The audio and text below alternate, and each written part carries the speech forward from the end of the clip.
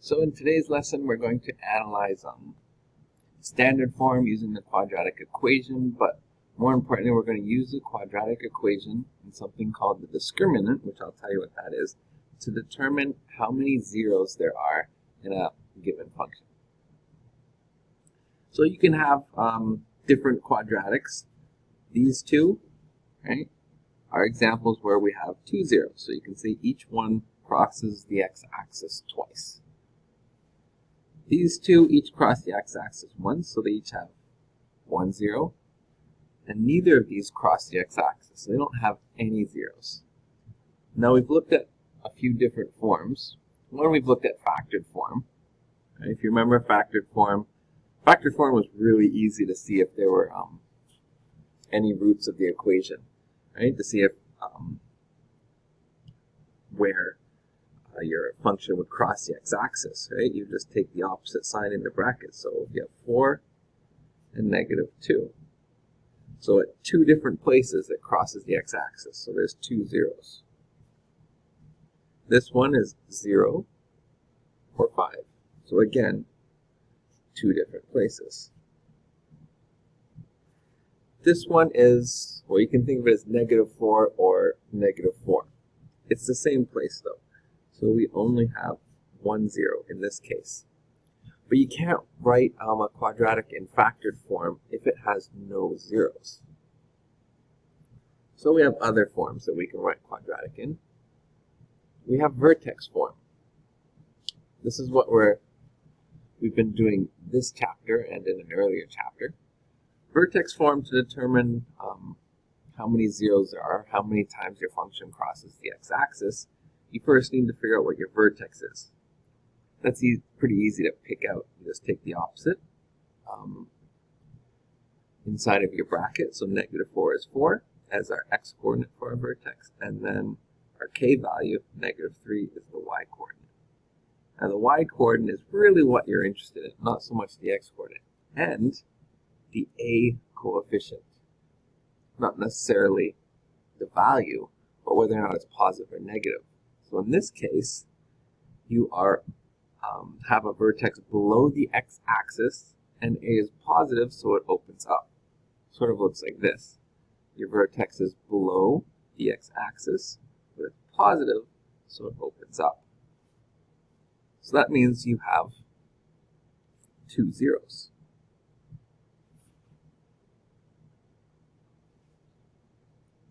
In this case, your vertex is, take the opposite sign, so 4 and -3.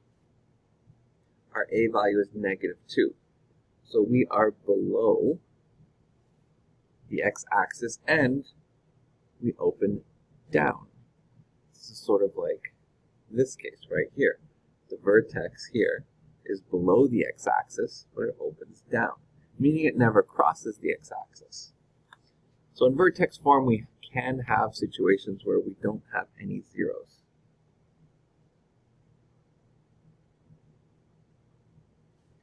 Okay, we can also have this case as well. Here the vertex is right on 0. And whether or not it opens up or opens down, it doesn't matter. In this case, it opens up. But if it's right on 0, then that's the only 0 you're going to have. So in vertex form, you can figure out all examples that we have here above. But in factored form, you can only figure out these ones, because you cannot write a quadratic that has no intercepts in factored form. But what about standard form? Standard form is, well, ax squared plus bx plus c.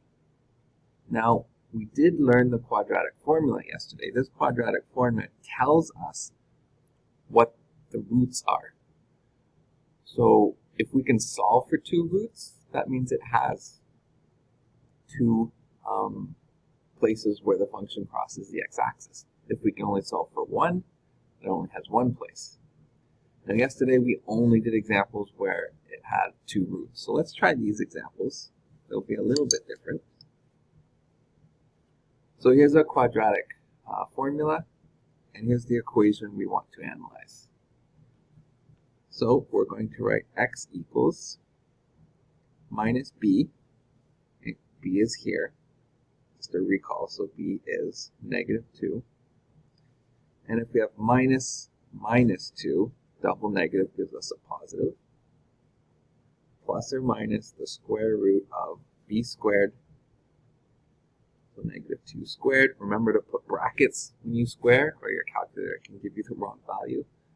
Minus 4a, there's a value for a, so a equals 4, times c, and here's our value for c, so c equals -3.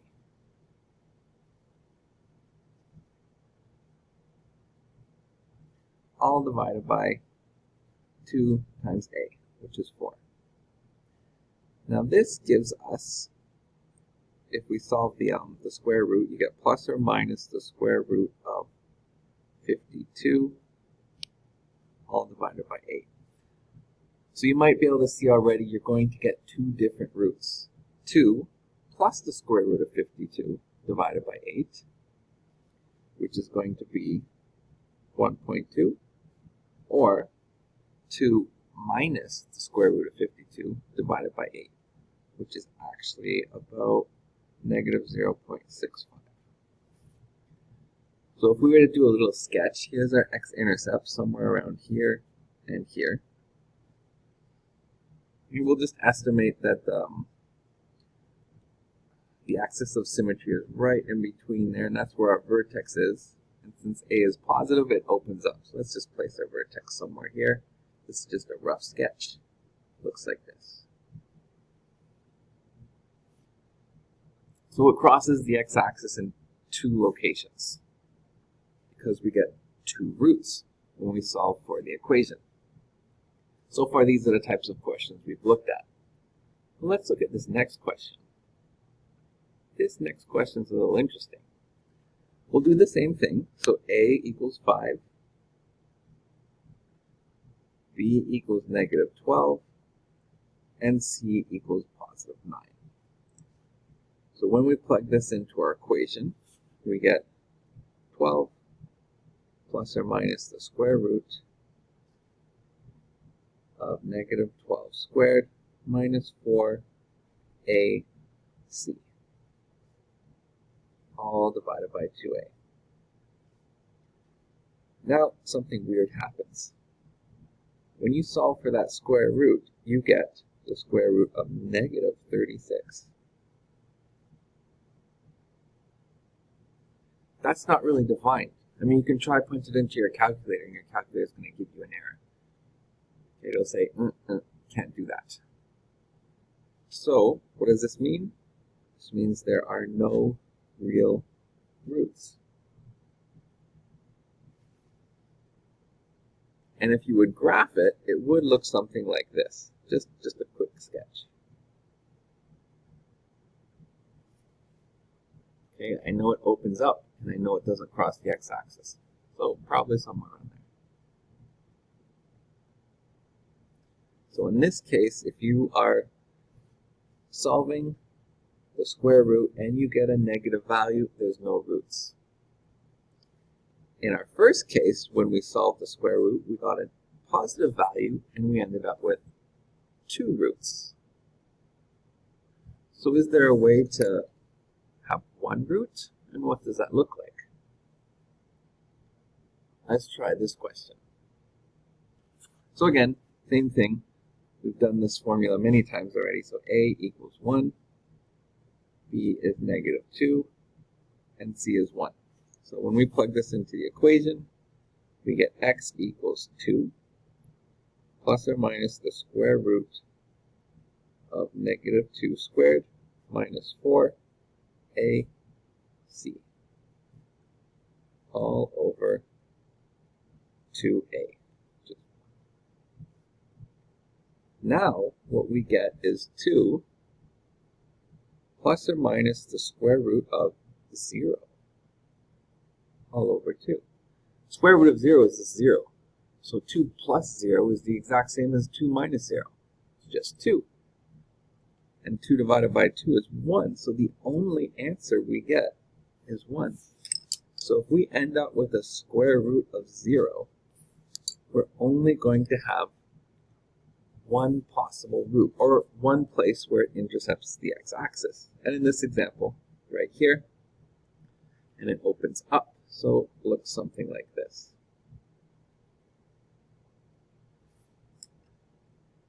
Okay, let me just pause there. So you'll notice we sort of have a pattern here. Whether or not we have one x-intercept, no x-intercepts, or two x-intercepts really depends on what's under the square root, this b squared minus 4ac. If it's positive, you have 2. If it's negative, you have none. And if it's 0, you have 1. So this b squared minus 4ac, we give a name. We call it the discriminant. So the discriminant is b squared minus 4ac. And if you were to have a question where you have this quadratic, and I were to simply say, how many roots does that have? I mean, you could try to factor it, but again, factoring will be difficult if, well, one, if it's not whole numbers, and two, if there are no roots. The best way, since we already have it in standard form, is to just calculate that discriminant. Calculate the value under that square root. If the value is positive, and therefore greater than 0, we have 2 roots. If it's negative, and therefore less than 0, no real roots. And if it equals 0, 1 root. So let's try an example. In this one, it just says, figure out the number of roots for that quadratic equation. So we don't have to do the entire quadratic formula because it doesn't ask what those roots are.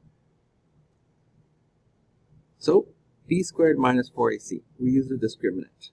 Well, b is negative 2, so we have negative 2 squared minus 4a, which is 4, times c, which is negative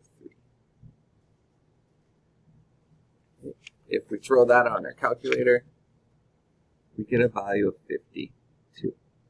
So that's a positive value. Since it's a positive value, we have 2 roots. This next one, and these are actually the same examples, but we're just looking at it just as the discriminant. B squared minus 4ac. B is minus 12 squared minus 4a c. You get negative 36. So no roots. Last question, b squared minus 4ac. So b is minus 2 squared minus 4ac is 0. So exactly 1 root. So if everybody's okay with that, what I want you to try are these 2 examples. We'll take them up in a minute. But try A and B. All you're doing is determining how many roots they are, not where they are. So you don't need to graph it or anything like that, just how many. Alright, so taking these questions up, b squared minus 4ac for this quadratic. B is minus 4, minus 4 squared minus 4, a is 1, and c is 3. So that gives you 16 minus 12, which is 4. That's a positive value. So therefore, we have 2 roots. And the last example, so b squared, here's b, so it's 2, minus 4, a is negative 1, and c is negative 3. So that's going to give us 4 minus 12, which is negative 8. Negative number means no real roots. And that's that.